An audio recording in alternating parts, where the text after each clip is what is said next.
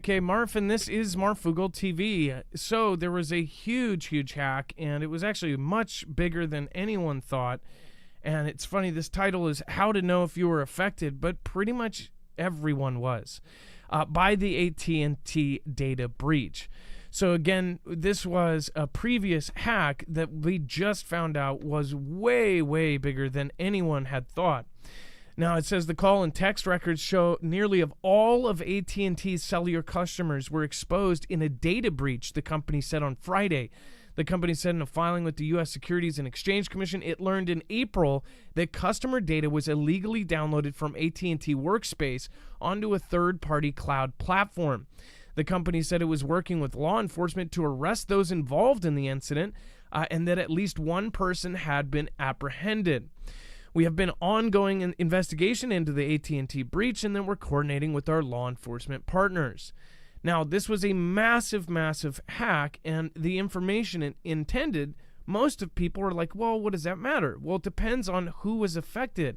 So if you had, say, someone who is very high importance that contacted someone they shouldn't be contacting, that information could be used for all sorts of things. I mean, heck, not to mention if there's AT&T clients that are political people that may be secretly talking to somebody or have a mistress or something like this, then that could be the smoking bang to really get them in trouble.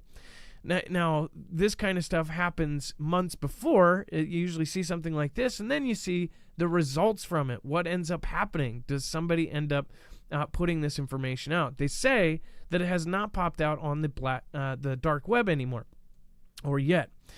So we're going to talk about this and much more on tonight's show of Marfoogle TV. Stick around. We'll be right back.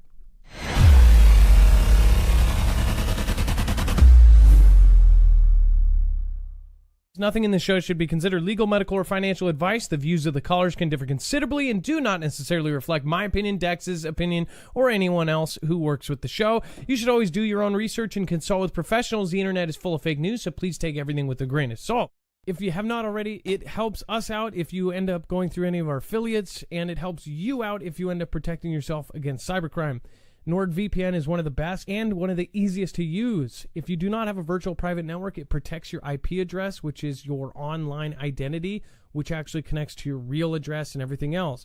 It also connects to you. If you know anything about how they are data logging and basically getting your profiles down, you can prevent that by having a VPN. Nord is, again, one of the easiest. Download it. It's like an on switch and off switch. All you have to do. Go to marfooglenews.com/VPN. Not only will you get a giant discount on this, but you will also be helping us. I appreciate your support, and I appreciate everyone that goes through any of our affiliates. Can't say thank you enough.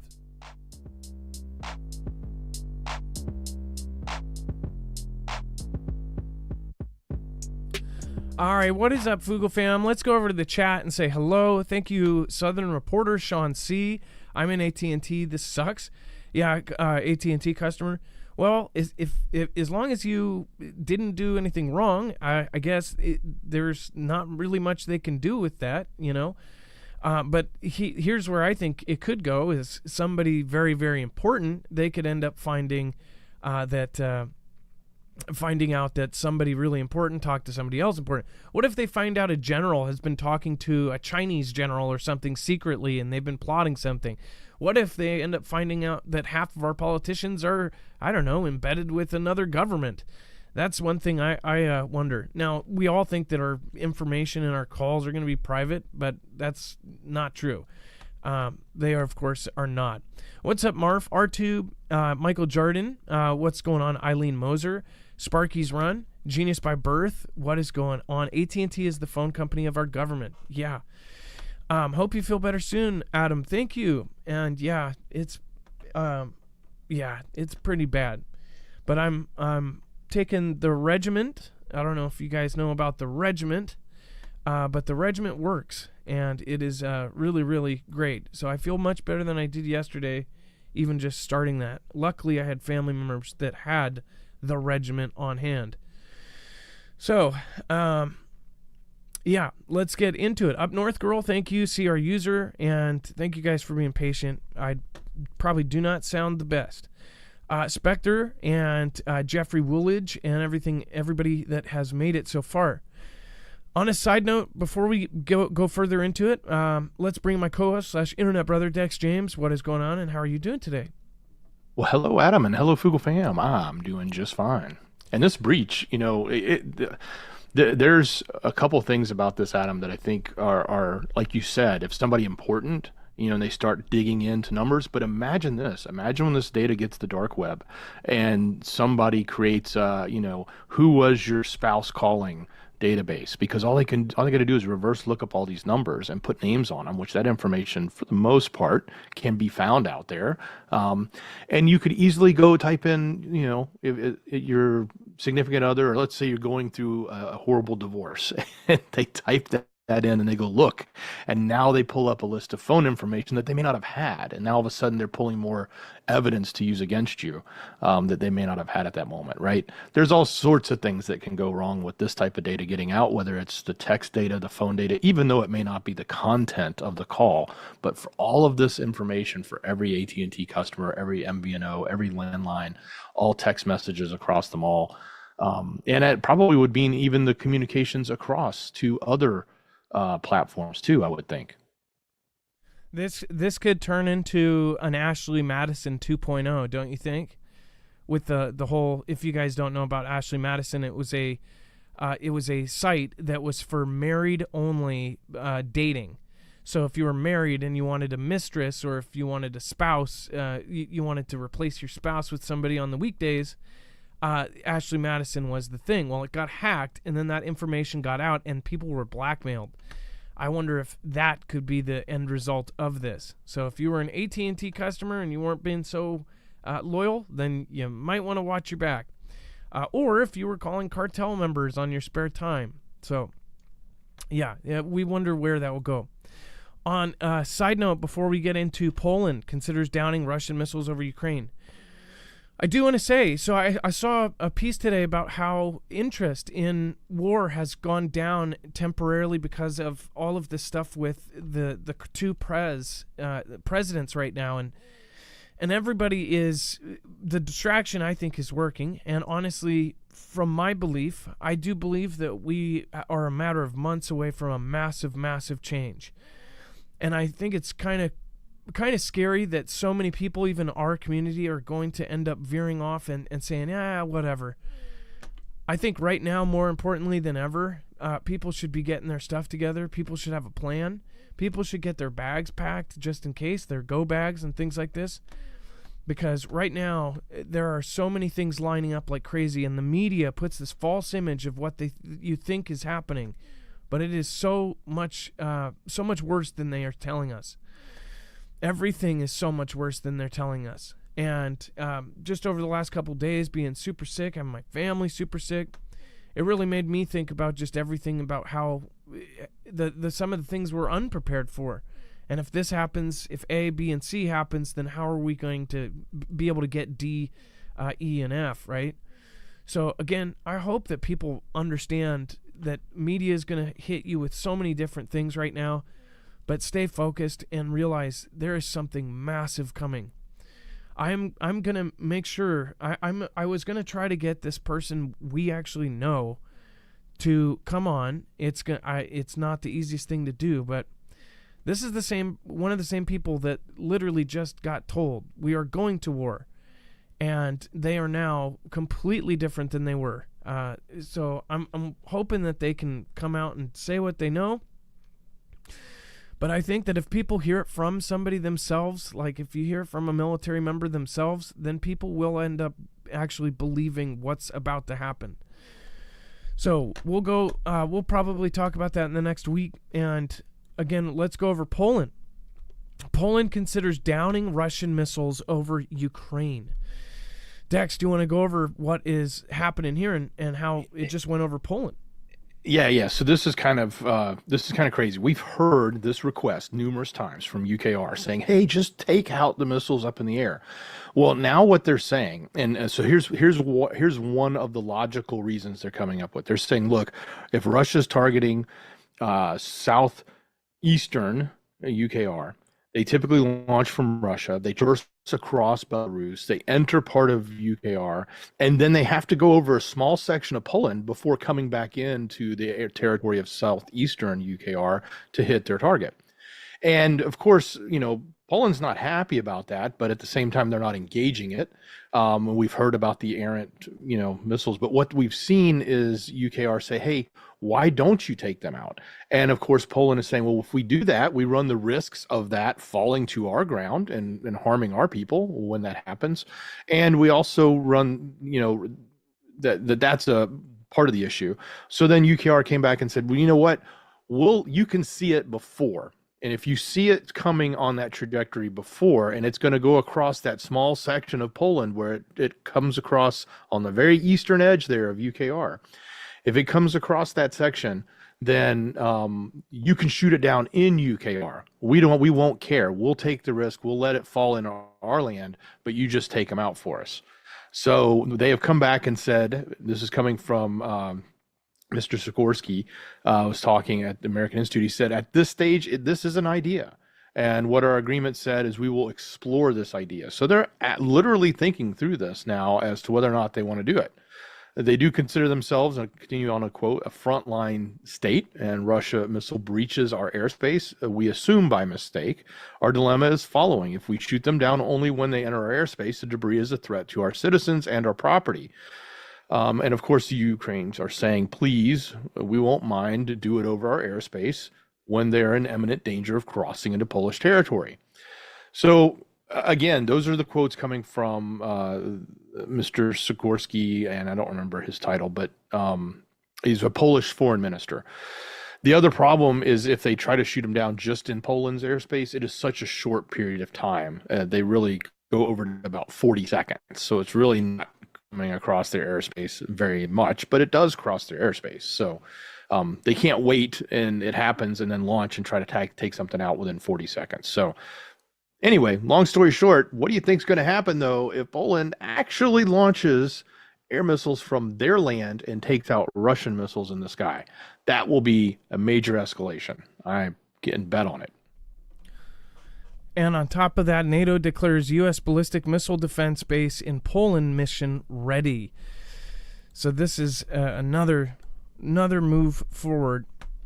A new U.S. air defense base in northern Poland designated to detect and intercept ballistic missile attacks as part of a broader NATO missile shield is mission ready, essentially meaning it can go right now.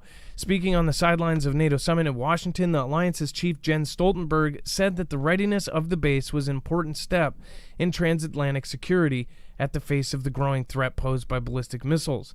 As a defensive alliance, we cannot ignore the threat. Missile defense is an essential element for NATO's core task and collective defense. One thing I see is that all of this stuff is moving forward at the same time that almost everyone is moving away from war. Everybody is thinking, oh, it's everything's fine. They're going to make sure that everybody is thinking about something else, and then we get sideswiped.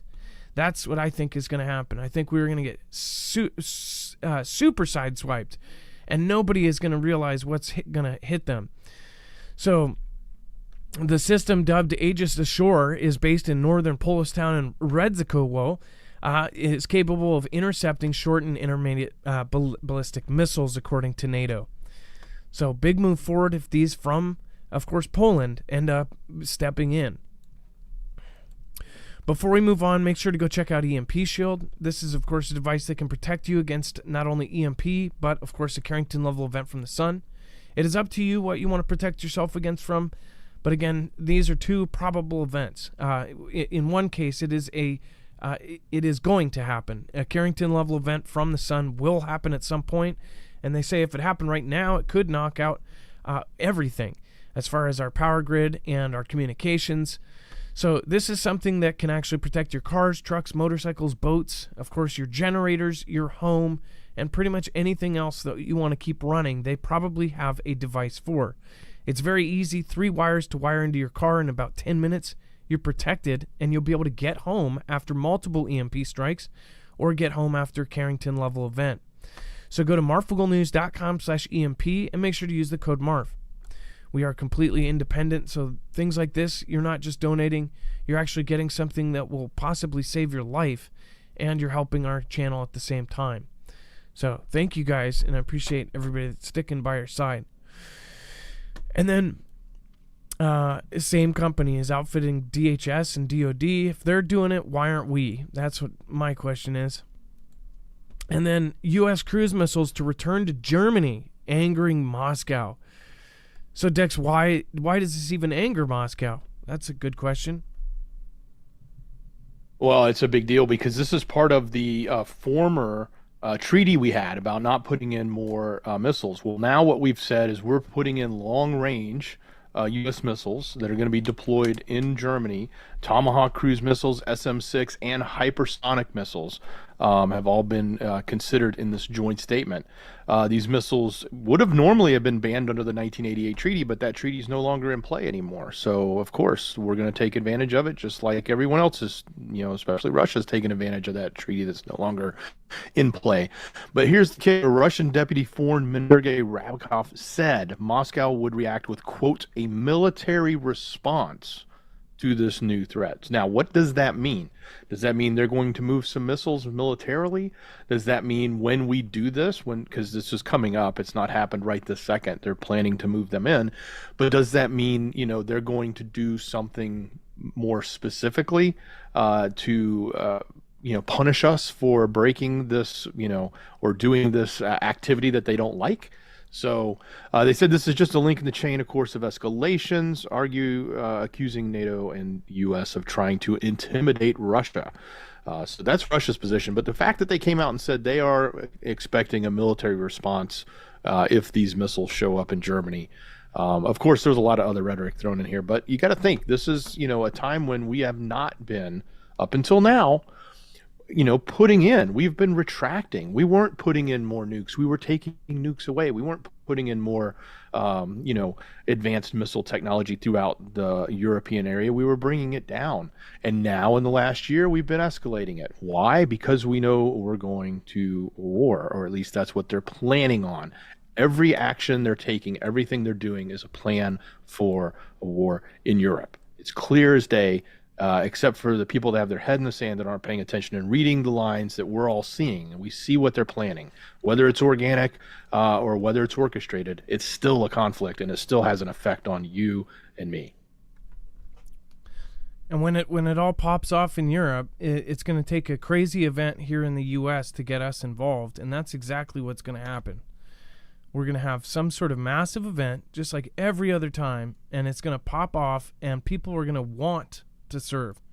I'm telling you, people are going to be jumping at the recruitment centers trying to get over there after whatever they have planned. And then Japan is scrambling to explain why its naval destroyer pushed into Chinese waters where Beijing conducted live fire drills near Taiwan. They say scrambling, but probably we know why, right? It says Japan's defense ministry is investigating officers of a naval destroyer that entered Chinese territorial waters for about 20 minutes on July 4th. It said that Kyoto News reported on Thursday that the Maritime Self-Defense Force destroyer Suzuki was monitoring Chinese live-fire drills on the coast of China's Zhejiang province when it pushed into Chinese territory. Again, Zhejiang's Maritime Authority issued the notice on July 3rd saying it would conduct live-fire drills from 6 a.m. on July 4th to 10 p.m. the next day, designated a no-sail zone, which we actually covered that. Turns out Japan ended up mobbing into that area. Per Kyoto News, the Suzuki approached the no-sail zone on July 4th and was told by Chinese vessels to turn back, but accelerated and continued deeper into Chinese territory. The vessel was about 12 nautical miles from Zhejiang's coast, the outlet reported, citing two anonymous officials. So Japan is getting confident too. Japan is pushing the buttons. Japan, of course, is loading up their military. They've just changed their budget to now being in the top 5, I think. I mean, Japan is going to be a massive part of World War II. World War III. This is all coming into sight. Everything is coming together right now. Says at the very least, there is no legal problem, a Japanese government official told local outlet Sankei Shimbun. However, Kyoto News and Chinese diplomatic officials saying Beijing believes that Suzuki broke Chinese laws by failing to request entry.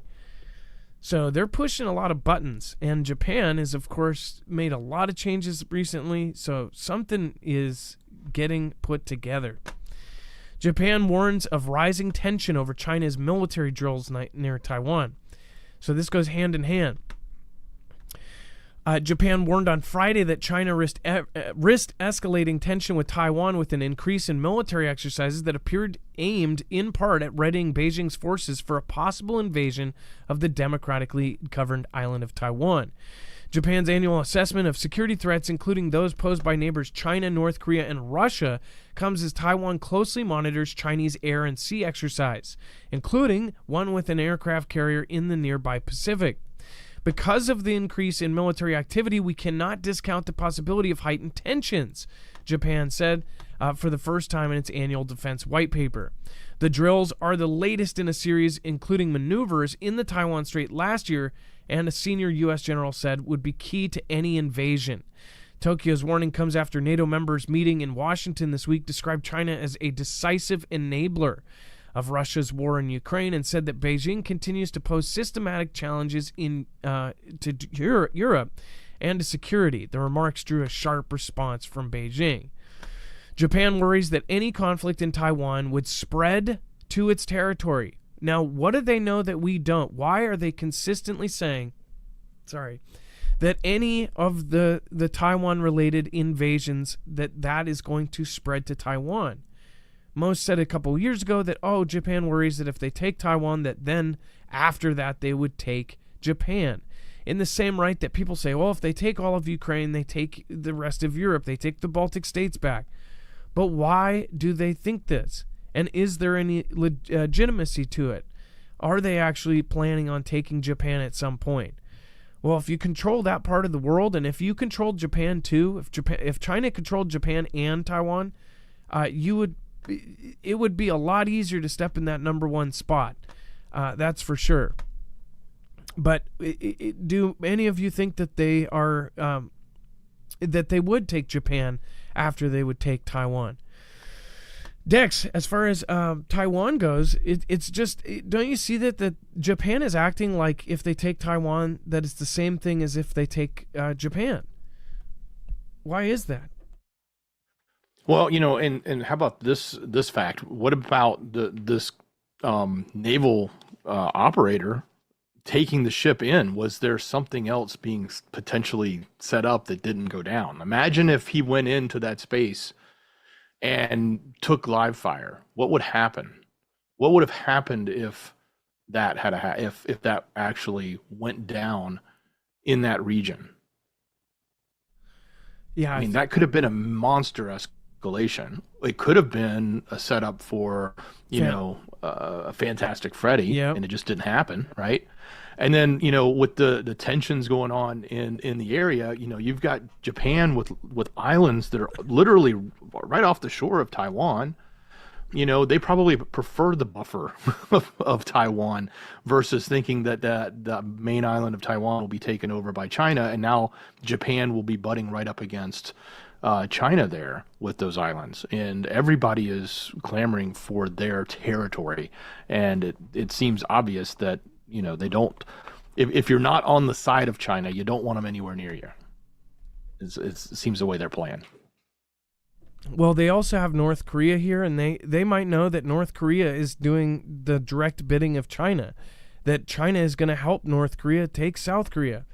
And if they will end up having to kind of be the minion of China, but I'm sure if they promise North Korea, hey, North Korea, you'll be able to control a lot of this, but you'll have to basically do what we say. On top of that, I think that they would take that deal. I think that there's a lot of deals going on between China and North Korea, China and Russia. You got deals. I think there are even deals between China and India going on.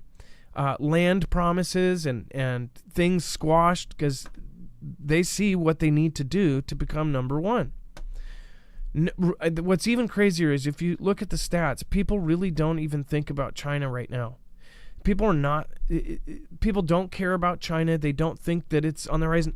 Look at all of the things that are happening right now. Just in the last couple of weeks, by the way, we talked about it over a couple of years about the whole DJI ban. That ended up happening. They even did a ban on Autel, which was one that wasn't even talked about. They're banning almost everything from these certain companies, and it's like, if you can't tell what's being set up here, I don't know what to say. And then Zelensky says the problem with the coming F-16 fighter jets is the same one UKR had with the Abrams tanks. Which, by the way, these F-16s are nuclear capable, and what's crazy is that obviously they're saying that the problems are that the same thing with the Abrams tanks is if they're parked, they can be taken out. But Western-provided F-16 jets are on their way to Ukraine and set to start flying missions later this summer, but they might not yet be enough to make a difference on the battlefield. Ukraine President Vladimir Zelensky indicated in a discussion this week on what Ukraine needs, comparing the jets to the U.S.-made Abrams tanks that Ukraine got last fall. It says when the Fox News' Brett Breyer asked him at the Reagan Institute whether the 31 Abrams Ukraine received as its counteroffensive was stumbling made a difference, Zelensky said, "I'm not sure that such a number of tanks can change the situation on the battlefield." Basically saying that there's not enough, right? The 31 tanks that you got from our pockets, they basically say, yeah, well, it just wasn't enough. So a lot of people are pissed off about that. But speaking in Washington, D.C. on Wednesday as the NATO summit was underway, he said, it's like the dialogue about F-16, adding the usefulness came down in some ways to numbers and timing. We always wait, like my mother waited me after school. That's what Zelensky said. This is the same, but much more serious. Did they miss something on that? Waited me after school. The problem with F-16, it's the number and the dates. So too little, too late, right? Why send them then? Like if they're gonna complain and it's not enough, why are we doing it? This guy just needs to be out of all the damn regime change things we do. Like, they can't add one more on there. This guy, it's just everybody. And at one point, people were having this guy's picture on their Facebook profile. That just shows you how media can spin a story to where everybody is just like, yeah, that's great. I see it everywhere, though. Like, that's the thing. Someone's reputation could be made into everything. I mean, look at T-Man. T-Man was popular everywhere. Then once you ran, it's like they can then throw you under the bus and then, boom, destroy your reputation, destroy everything about you. Zelensky, they didn't have to destroy anything. Like, honestly, they just didn't pump him up anymore. And people started seeing, like, what's really going on here. Like, there's a lot of shady stuff about UKR. There's a reason it wasn't in NATO in the first place. It was a shady country. Mr. Gates said at a recent interview, said, well, yeah, we've always known that Ukraine is one of the most corrupt countries out there. And then the 9 people right underneath Zelensky got fired, stepped down because they were being investigated for having $1 million houses, mansions, and, of course, hundreds of thousands of dollars supercars. They had mansions and supercars in all of the people directly under Zelensky. You don't think he had supercars and mansions, but the people literally right underneath him did? Where is that money coming from? Are they getting paid like a corporation? Like, is he getting paid like he's the CEO of the country? I'm sure if the U.S. president makes $400,000 a year, that's not enough to afford mansions and supercars. But what do you think a Ukrainian president gets paid for his normal salary? I highly doubt it's anywhere near that. So it's just like, what is going on here? And then Russia accuses Ukraine of plot to destroy its last active aircraft carrier. Oh, man. Dex, you want to go into this one? Yeah. So the FSB, again, like we talked about recently, another plot they had to take out what was it? They said that they thwarted, but they were gonna hijack and take a Tu-57 or whatever, one of the long range offensive boom booms. But anyway, they're now coming out, same organization, and saying, hey, there was this, back in March, this UKR intelligence officer who introduced himself as Oleg. He had contacted a Russian citizen who was working on the flagship of the Russian Navy on WhatsApp and Telegram, and he offered a large reward and an opportunity to travel abroad for taking out that vessel, is what the FSB is saying. Now, of course, the independent or the news organizations that are trying to look at this, I can't independently verify the claims, but these are the claims coming from the authorities of Russia. So you take it with that grain of salt. But nonetheless, let's consider this is the only aircraft carrier they have. It's not even an operation, guys. It's been in dock, or it may be in floating dock, I don't know, but it's been under construction. I think a crane, the last thing that happened to it was a crane fell on it or something, and they were hoping to get it back operationally by the end of this year, but if not, it'll probably be next year. But yeah, it's a pretty massive, gnarly looking aircraft carrier, but it's the only one they have. It's got like everything in the kitchen sink on it because it doesn't actually travel with an entire strike group to protect it. So anyway, that's what they're claiming. You got to take it with a grain of salt, but we've heard this is like the second claim of these, espionage like activities or T activities that they're describing that is coming in and trying to take down critical or take out specific items of theirs. So the other one was actually to take a Tu-22M3 supersonic strategic jet. But that one was different. That wasn't them destroying it. That was them stealing it. Yeah. That one was more like, couldn't you see a Russian Tu whatever it is it wasn't nuclear capable. It was a nuclear capable jet. Was that correct? Yes. Yeah. It's long range strategic. So yeah, nuclear. And did they say it was armed, the one that they were trying to steal? They didn't say. I don't think they got to that part of it yet. Well, even if not, they could then arm it with one of ours or something.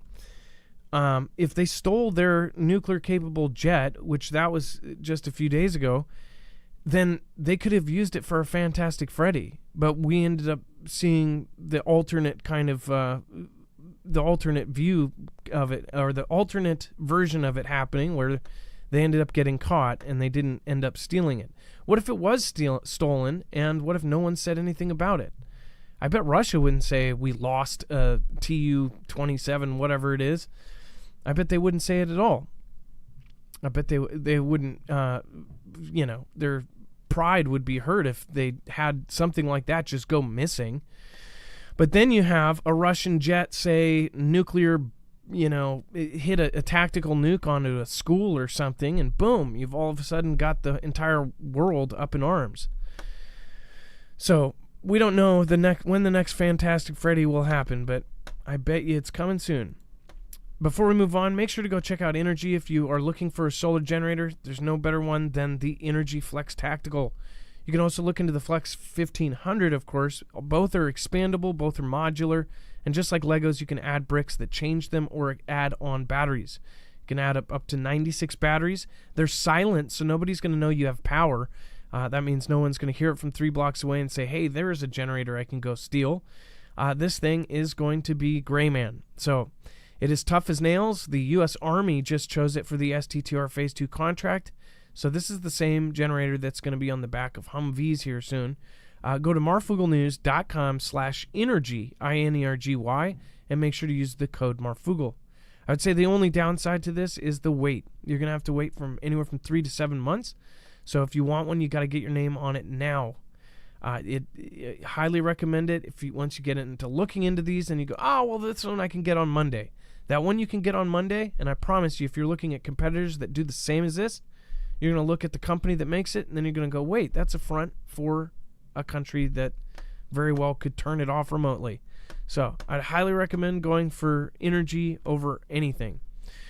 And then, so we just did a video over on news. It's a little bit different than normal, and I guess I'm kind of fed up with Hollywood. I'm fed up with entertainment. I'm fed up with how everything has to be political, from the Lego company to adding in things that they don't need to add in, to cutting frickin' funding for Lego police, to all these corporations that are just jumping on every bandwagon, to Target and Walmart and all of these things that are jumping in. Out of anything, it's like Hollywood, there are so many people, like George Clooney right now, just a few days ago, all over the news for days and days on end. I actually used to like George Clooney movies, and it's not because of his political backing or background that bothers me. It's that these people from Hollywood, they feel like they have more of an opinion than anybody else. Whereas the same might, you won't be in Hollywood if you say the other side of it. Anybody who is on the other side of it, they will get blacklisted from every movie. They will not make it in the music industry, and they won't make it if they say anything other than what it is. So you wonder how much of it is actually fake, if it's their real view. And a lot of the times I think it is. I think that they're surrounded with 99.9% of people that are saying the same thing, but yet half of those people are only saying it because they believe that they'll get in trouble if they don't say it. So then if people think that, they're in the ultimate echo chamber. But here's my thing that really bothers me, is that Hollywood and entertainment consistently pushing out Lucifer and the devil and evil. And I'm not smart enough to go into why the psychology of what it's doing to our youth. But when you have shows like Lucifer on Netflix, and you have all of these shows that basically make the devil look so awesome, that he's so cool, he's a likable guy, and then you have all of these celebrities and stars dressing up as the devil and doing all this, I just think it's absolutely wrong. Eminem just did a song called Lucifer, and it basically tells Candace that she forgot that she was black. I mean, like, things like this, if this was said any other person, I think that they would be torn a new one. Heck, there have been people on opposite end say one comment on Twitter and their entire career is ended. But yet, you can go basically as far as you want on certain sides and nothing ever happens. But I guess some backlash is actually happening. Both sides of the aisle are like, hey, dude, stick to music. Like, you see both sides of the aisle saying, Eminem, dude, stay out of this stuff. Because nobody likes when they get this deranged kind of like everything they're talking about is about politics. What I don't get is people are like, the interest in war is down, but the interest in politics over the last 20 years, it's just like everybody thinks that they're a political analyst. Nobody is, almost nobody actually truly understands it. But I will say this, Hollywood, these people, this person's life on his daily life, living in a mansion and getting carted around in limousines and private jets, he doesn't understand what the regular people are thinking right now. I guess, do they ever try to listen to the other side of it? On the other side, called her Clandis, like all this. And then on the other side, it's like when you go on the other side of the aisle, some of these folks are going way too far to the extremes, like going way further off. There are some people that are on the other side of the aisle. I'm like, okay, this is extreme. So why can't we just come back to normalcy, like some sort of being able to talk to each other about issues and find a common ground? It's just not going to happen because they don't want it to happen. And when you have all of media basically pushing the divide, the reason half of the people are feeling crap is because they can't say anything about it at work. They can't talk about it. They can't ever. And then the other side of it, the reason why they are having problems right now is because they all think that they are absolutely right. And it's all because of social media, the algorithms that are dividing us. They're making us think that we're all right. Everybody is right. Everybody is right. Whatever side you're on, you think you're on the right side. I guarantee it. And that's manipulated. There is no right side. There are things that are right and wrong, and we used to have facts and fiction. Now we have fact checkers and BS. I get tired of it, and I'm sure most of you do too. I'm sure most of you are tired of not being able to say what you actually think because people are going to come after you. It's really sad. Go check out the video we just did over on news with that. And then I want to thank you guys for being patient. I'm sick right now, so I'm not going to be doing a shoutro. Thank you, Dex. I appreciate all your service today. Oh, absolutely. Much love, brother. I hope you're feeling better. All right. Thank you so much. And let's just say thank you to a few people here. Thank you, and thank you to Kat. I appreciate you. I appreciate you, Anthony Mann, Stephen McMahon. Thank you so much. Over on D Live, thank you so much to everybody that just popped in. I love you guys. Thank you. Thank you to Kimbria, Poco Loco, Chance Paladin, of course, TL Driver, and everyone else that supported over on D Live. Thank you guys. Everybody over on Roomblay, thank you. Be safe, be prepared, and Marf out. If you want to see that video, go over to here.